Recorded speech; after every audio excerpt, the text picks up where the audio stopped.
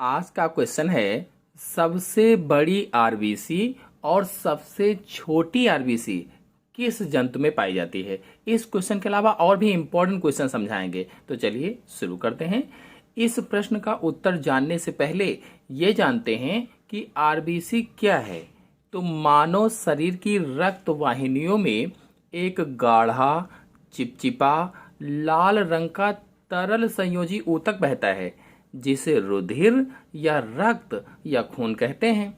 यानी रक्त या रुधिर एक तरल संयोजी ऊतक होता है और हम सभी जानते हैं कि ऊतक कोशिकाओं से मिलकर बना होता है। मतलब जो रक्त है या रुधिर है यह भी कोशिकाओं से मिलकर बना होगा। तो मनुष्य के रक्त या रुधिर में 3 प्रकार की कोशिकाएं होती हैं या 3 प्रकार की रुधिर कोशिकाएं होती हैं। कौन कौन सी? लाल रुधिर कोशिकाएं जिन्हें रेड ब्लड सेल्स कहा जाता है या शॉर्टकट में आरबीसी कहते हैं। इन्हें एरिथ्रोसाइट्स भी कहते हैं। और ये जो लाल रक्त कोशिकाएं होती हैं इनकी रक्त में संख्या सबसे अधिक होती है। हमारे शरीर में रक्त में इनकी संख्या सबसे अधिक होती है और इसमें हीमोग्लोबिन पिगमेंट पाया जाता है जिसके कारण खून लाल रंग का होता है। और आरबीसी अथवा लाल रुधिर कोशिकाओं की फुल जानकारी के लिए, पूरे डिटेल के लिए मेरे चैनल से आरबीसी वाला फुल लेक्चर वाला वीडियो आप देख लीजिए, जिसमें मैंने आरबीसी पर पूरा टोटल जानकारी दी हुई है, कोई भी चीज़ छूटेगी नहीं। तो वो आप वीडियो देखिए। तो इसी आरबीसी को प्रश्न में पूछा गया था कि किस जंतु में सबसे बड़ी और किस जंतु में सबसे छोटी आरबीसी पाई जाती है। तो इस प्रश्न का आंसर अभी हम आपको बताएंगे, लेकिन इससे पहले दूसरे और तीसरे प्रकार के रक्त कोशिकाओं को जान लेते हैं। तो दूसरे प्रकार की रक्त कोशिका होती है श्वेत रक्त कोशिकाएं, जिन्हें व्हाइट ब्लड सेल्स या डब्ल्यूबीसी कहा जाता है। और इन्हें ल्यूकोसाइट्स भी कहते हैं, ल्यूकोसाइट्स। और इसमें हीमोग्लोबिन नहीं होता है, तो ये रंगहीन होती हैं, मतलब सफेद रंग की कह लीजिए होती हैं या रंगहीन होती हैं। तो डब्ल्यूबीसी अथवा श्वेत रुधिर कोशिकाओं की फुल जानकारी के लिए मेरे चैनल से आप डब्ल्यूबीसी फुल लेक्चर वाला वीडियो देखिए, उसमें पूरी जानकारी दी गई है।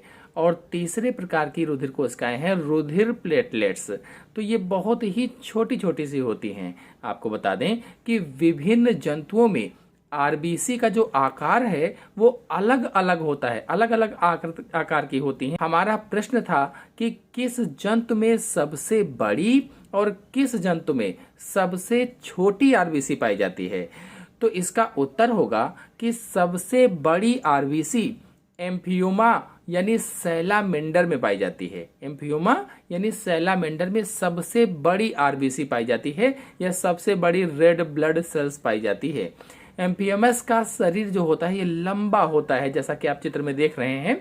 आमतौर पर भूरे रंग का या काले रंग का होता है। एम्फियोमा उभयचर जंतु है, उभयचर प्राणी है। मतलब उभयचरों में सबसे बड़ी एरिथ्रोसाइट्स होती है। और उभयचरों में किसमें पूछा जाए तो एम्फियोमा में सबसे बड़ी आरबीसी होती है।